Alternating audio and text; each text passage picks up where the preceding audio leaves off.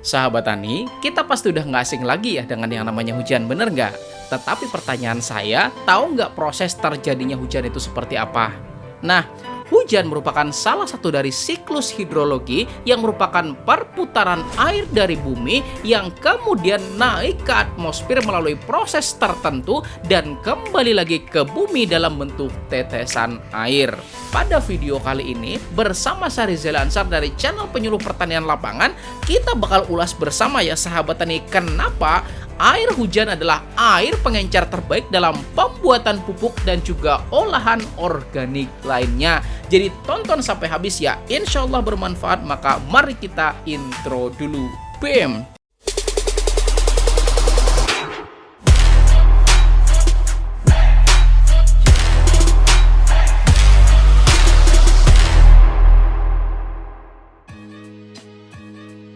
Dan buat Anda yang sudah subscribe channel ini dan klik tombol loncengnya, mudah-mudahan ilmunya makin berkah dan rezekinya tambah banyak lagi. Amin. Sahabat Tani, tahu nggak Anda bahwa air itu terbagi menjadi dua jenis, yaitu hard water atau disebut juga dengan air keras dan juga soft water atau disebut juga dengan air lunak.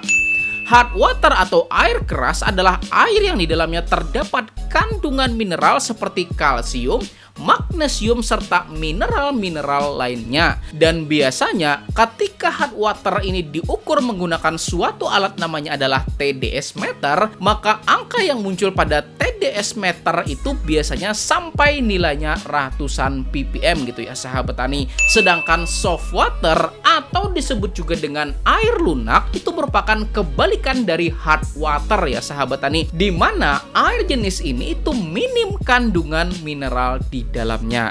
Dan kebalikan dari hard water tadi, ketika kita ukur dengan menggunakan alat namanya TDS meter, maka angka yang muncul itu bakal jauh lebih kecil lagi. Lalu udah bisa ketebak belum yang termasuk dalam soft water ini apa? Sesuai judul ya sahabat tani, yaitu air hujan. Dan untuk membuktikan berapa sih kadar TDS pada air hujan, maka mari kita cek langsung ya sahabat tani menggunakan suatu alat, itu namanya adalah TDS meter. Dan bentuk dari alat tersebut seperti ini ya sahabat tani. Nah, seperti ini bentuknya.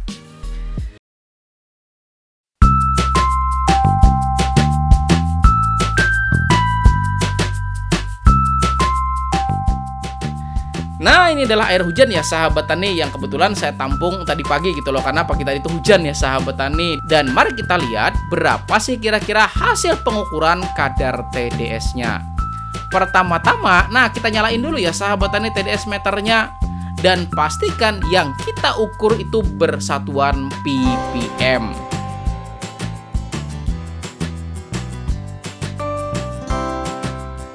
Dan ternyata cuma 1-2 ya sahabat tani. Nah, dan buat lebih yakinin lagi, maka mari kita gunain TDS meter yang satunya gitu ya sahabat tani. Dan sama juga pastikan yang kita ukur itu satuannya adalah ppm. Dan ternyata nilainya adalah 4 ya sahabat tani. Artinya memang air hujan memiliki nilai TDS yang rendah, sehingga air ini tuh masuk dalam kategori soft water atau air lunak. Kemudian, di dalam buku Jadam Organik itu diterangin ya sahabat tani bahwa air yang digunakan pada beberapa olahan jadam itu lebih banyak menggunakan soft water atau disebut juga dengan air lunak. Dan bahkan kami sendiri ya sahabat tani dalam pembuatan JMS atau Jadam Microbial Solution itu selalu menggunakan air hujan sebagai pengencernya. Kenapa? Karena memungkinkan buat keberhasilannya itu lebih tinggi ya sahabat tani dibandingkan dengan kita menggunakan air jenis lainnya. Dan buat yang belum tahu apa sih itu Jadam Microbial Solution atau JMS, nah videonya sahabat tani kebetulan baru aja tayang, silahkan tonton ya sahabat tani pada video yang ini, oke? Artinya dari pengalaman kami yang udah gitu ya sahabat tani, maka kami lebih menganjurkan dan merekomendasikan air hujan sebagai pengencer dalam pembuatan pupuk organik cair. Lalu mungkin jadi pertanyaan bagi Anda, bagaimana cara kita buat ngedapetin air hujan itu, ya nggak? Jadi air hujan itu kita dapetin dengan menampung air tersebut pada wadah yang udah kita siapin. Dan wadahnya itu bebas loh ya sahabat tani, Anda mau pakai ember gede boleh, pakai baskom gede boleh, bahkan pakai kulkas rusak juga boleh gitu ya sahabat tani. Oh no! Dan kalau Anda mau ngambilnya lebih murni, maka taruh wadah yang udah Anda siapin itu pada ruang terbuka langsung ya sahabat tani, tanpa melewati talang air. Tetapi kalau Anda nggak bisa melakukan itu, ya nggak jadi masalah gitu ya sahabat tani melalui talang air. Tetapi pastikan talang airnya itu bebas dari karat gitu ya sahabat tani, oke? Selanjutnya, saya mau kenalin Anda ya sahabat tani, apa yang dimaksud dengan kesadahan air. Air sadah adalah air yang lebih banyak kandungan mineral terlarut di dalamnya. Dan hard water ini disebut juga dengan air sadah. Dan menurut referensinya, air sadah itu terbagi menjadi dua ya sahabat tani. Dan air sadah yang bersifat sementara itu masih bisa kita kurangi tingkat kesadahannya dengan menggunakan metode pemanasan, atau istilah kita tuh dengan menggunakan metode perebusan. Makanya buat Anda yang pernah nonton video saya yang ini gitu ya sahabat tani, nah kita bikin PGPR ya sahabat tani, dan kita menggunakan air yang udah matang atau udah direbus gitu ya sahabat tani dalam proses pembuatannya. Tujuannya apa? Ya buat mengurangi dari kesadahan air tersebut. Nah udah paham kan ya sahabat tani? Jadi setelah ini kalau ada video di channel ini memang menyarankan menggunakan air hujan, maka pakai aja air hujan ya sahabat tani. Dan kalau memang Anda bilang, oh nggak ada air hujan, misalnya adanya cuma PDAM, misalnya air sumur atau air jenis lainnya gitu ya sahabat tani, ya Anda mesti rebus dulu gitu ya sahabat tani. Lalu pada akhirnya kira-kira lebih ribetan mana coba? Lebih ribetan ngerebus apa lebih ribetan nampung, ya nggak? Oke sahabat tani, mari kita simak bersama tayangan berikut ini. Set. Nah pada tabel ini ya sahabat tani dijelasin kalau air lunak ternyata ppm-nya itu adalah 50 bahkan kurang. Kemudian air agak lunak, nah 50 sampai 100 ppm ya sahabat tani. Air sadah di kisaran 100 sampai 300, dan air sangat sadah yaitu 300 bahkan lebih besar lagi. Dan sekarang mari kita bereksperimen gitu ya sahabat tani. Ayo ikuti.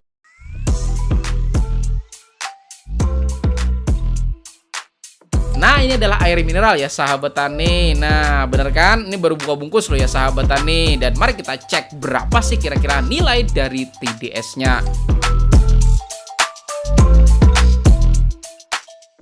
Dan ppm-nya ternyata 103 ya sahabat tani. Nah, coba kita ukur dengan menggunakan TDS meter yang satunya. Dan ternyata 270 ppm ya sahabat tani. Nah, kita nggak tahu kira-kira yang benar yang mana kayak gitu loh. Tetapi menurut tabel berikut ini, nah ketika TDS pada air berada di bawah 300, maka air tersebut masuk dalam kategori kualitas yang sangat baik dan layak buat dikonsumsi. Kemudian, nah ini ada air PDAM ya sahabat tani, dan air ini kita langsung ambil dari keran air di rumah saya. Dan mari kita cek ya sahabat tani berapa nilai TDS dari air ini. Dan ternyata ketika menggunakan TDS meter yang putih, nilainya adalah 47. Dan coba kita menggunakan TDS yang satunya. Nah ini smart sensor ya sahabat tani, ternyata 117. Selanjutnya, nah ini adalah air galon isi ulang, dan air galon ini ya sahabat tani adalah air bisa PDAM gitu ya sahabat tani yang sudah melewati proses tertentu sehingga bisa dijual dan bisa buat dikonsumsi. Dan mari kita cek berapa sih kira-kira angka dari TDS-nya. Nah, ketika menggunakan alat yang putih, maka TDS-nya adalah 51 ppm. Dan ketika menggunakan TDS meter yang smart sensor ini ya sahabat tani, ternyata TDS-nya adalah 125 ppm. Kemudian, nah ini air sungai ya sahabat tani, coba cek berapa TDS-nya.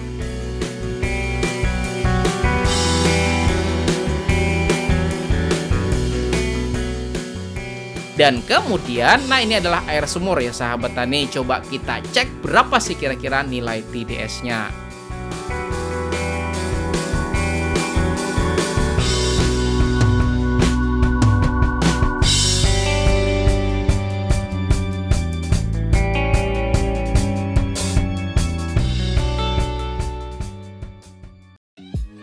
Nah, jadi beda-beda kan ya sahabat tani nilai TDS-nya. Bahkan beda alat juga beda hasil pengukurannya, ya enggak? Meskipun memang kita tuh nggak tahu ya sahabat tani mineral yang terlarut pada masing-masing air itu apa kayak gitu loh. Tetapi ketika kita tuh menggunakan air dengan TDS yang rendah secara alami itu pasti jauh lebih baik dalam pembuatan entah itu pupuk organik cair atau olahan-olahan pertanian lainnya. Mungkin sampai di sini Anda bakal jadi mikir gitu loh, kok jadi malah tambah ribet kayak gitu ya.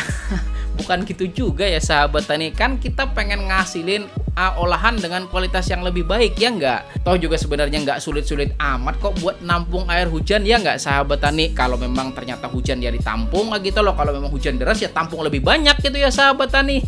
Selanjutnya, nah mungkin di sini Anda bakal bertanya ya sahabat tani, gimana soal air hujan yang menjadi sumber penyakit pada tanaman? Nah, ini menarik banget ya sahabat tani, dan ini sebenarnya sudah pernah loh saya bahas pada video yang ini. Jadi menurut Profesor Harvey Miller, dia mengatakan bahwa memang loh ya sahabat tani, air hujan merupakan salah satu penyebab dari penyebaran penyakit di antara tanaman. Kenapa? Karena ketika air hujan itu jatuh, baik kena daun dan juga kena buah, kemudian jatuh lagi ke tanah, maka bakal memantul dan muncrat gitu ya sahabat tani ke segala arah. Dan bayangin, kalau daun atau buah yang pertama kali dijatuhi itu ternyata mengandung penyakit, maka percikan air yang jatuh setelahnya itu kemudian memantul ke lain, bakal berpotensi bakal menginfeksi tanaman-tanaman kita yang lain gitu ya sahabat tani, karena penyakit tersebut terbawa oleh air hujan tersebut. Dan coba lihat eksperimen saya pada buah cabai yang terserang antraknosa berikut ini. Ayo.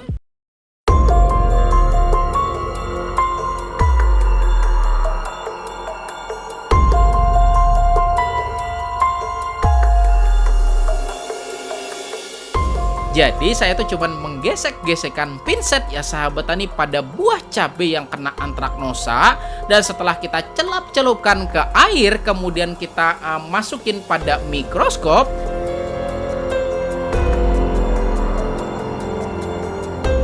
ternyata banyak banget ya sahabat tani antraknosanya, benar?